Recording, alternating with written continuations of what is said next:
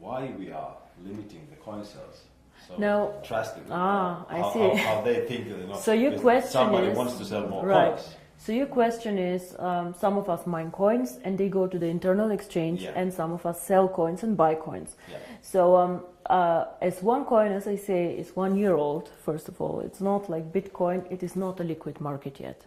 So it means that there might be a day where we have huge demand for coin sales or huge demand for coin buying. And this is why we as a company always say buying and selling the coin should never be a reason why you join. The coin actually needs to be used. So we need to have some time, and I say always it's 3 to 5 years until we really manage to have a usability and a liquid market where you can do unlimited sales and buying actually on the market. Until then, Kari, if you do not have limits, for example, what can happen is that one person with a huge sales order or huge buy order can distort the price a lot. And this is what happens to Bitcoin often. I don't know if you see all this going up, down in a very, very big amount. And this is called volatility, and we do not want to have a very big volatility for our coin. People do not understand how it can be that Bitcoin today is worth $500 and tomorrow only 400 within a day. This is very disturbing, and if you are a merchant who takes Bitcoins, you don't want to have this. Because you want to be sure that if you take a Bitcoin today, it will not be valued 20% or 30% less tomorrow. Of course, you're very happy if it's valued 30% more, but it goes both sides. Absolutely, yeah. So cryptocurrency is one of the riskiest assets actually out there. High volatility, low liquidity on the markets. So for us to achieve a high liquidity, we need to work first on the value creation of the coin, on the liquidity, and it will take time. So all these people, why we have created this exchange? We have created it so people can learn to trade it, but it's not a self, the idea is not just that we go buy and sell the coin there, but we wait for the usability of the coin. This coin is very, very young. We have so much way to go, but we have created miracles already. So I'm looking very, very positive into the future. But remember, the internal exchange is demand and supply. So you have to find somebody who wants to sell coins to buy, and the other way around.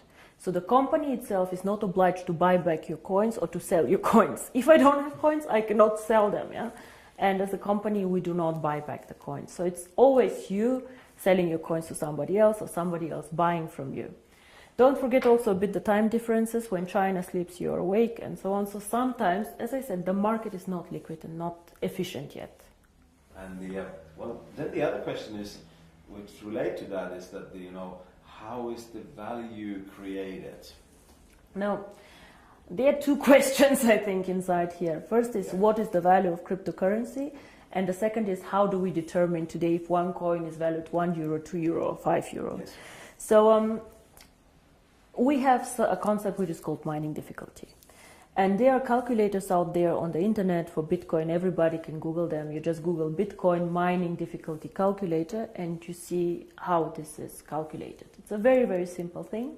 You calculate, one is electricity costs for the mining, and the second is computer power. So to mine a coin, you need obviously a computer to do some calculations and electricity to get the computer running. So depending on these two things, the mining difficulty grows or goes down. It goes both ways. It can go up, it can go down. The more miner join, however, the more people who want to mine, the higher the mining difficulty goes. Because more of them are in the pools. And this is, of course, what happens to one coin. So you can simulate this with these calculators. It's nothing that one coin invented. And this is how we today measure the value of the coin. Yeah? So we say if it costs us €5 to create the coin due to electricity, the servers and the computer power, this is what we think is the appropriate price. Of course, it fluctuates up and down based on demand and supply, but always in a corridor actually that we have set. So this is how we determine the price today. And the second question that you had actually is, but one day we go to the open market, so how do we know what is the value of this cryptocurrency? Why is Bitcoin worth $400 and not 1,000 or whatever? And here, in my opinion, there are two things how we determine the value of cryptocurrency. Cryptocurrency is not backed up by anything. We know this. So it's actually worthless. So it's not backed up by gold. It's not backed up by any other asset. OneCoin is not backed up. Yeah? Bitcoin is not backed up. But there's still value inside, and I tell you why. One is, first of all, the brand. Bitcoin currently have a very strong brand. Everybody knows them. They were the first one. Of course, there are always good and bad things about the brand, but they are very well known. Milka Chocolate is a very well-known brand. Procter & Gamble are a very, very strong brand. So the more people joining OneCoin and the more people speaking about OneCoin, the stronger our brand becomes.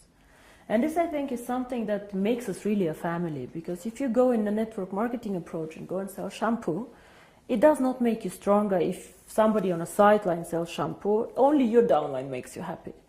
But here, if another team makes OneCoin popular out there, this makes also your coin stronger and your team stronger.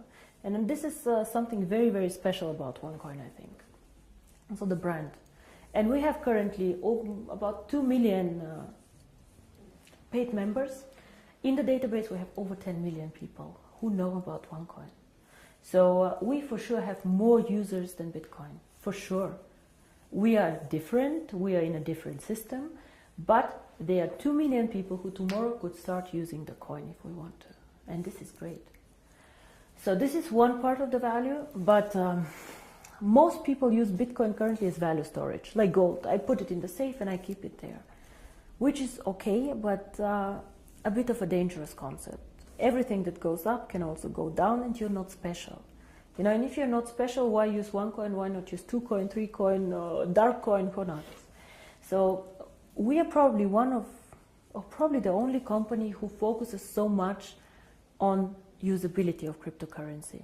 Why cryptocurrency? How can it change the world? And our two slogans are the future of payments or join the financial revolution.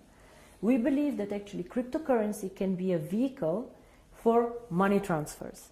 So for example, as you do Western Union transfers, you can use cryptocurrency to do a transfer. Fast, borderless payments. And there's a huge demand for this. 2 billion of people have no bank account. 2 billion. Of course, we cannot capture all of them.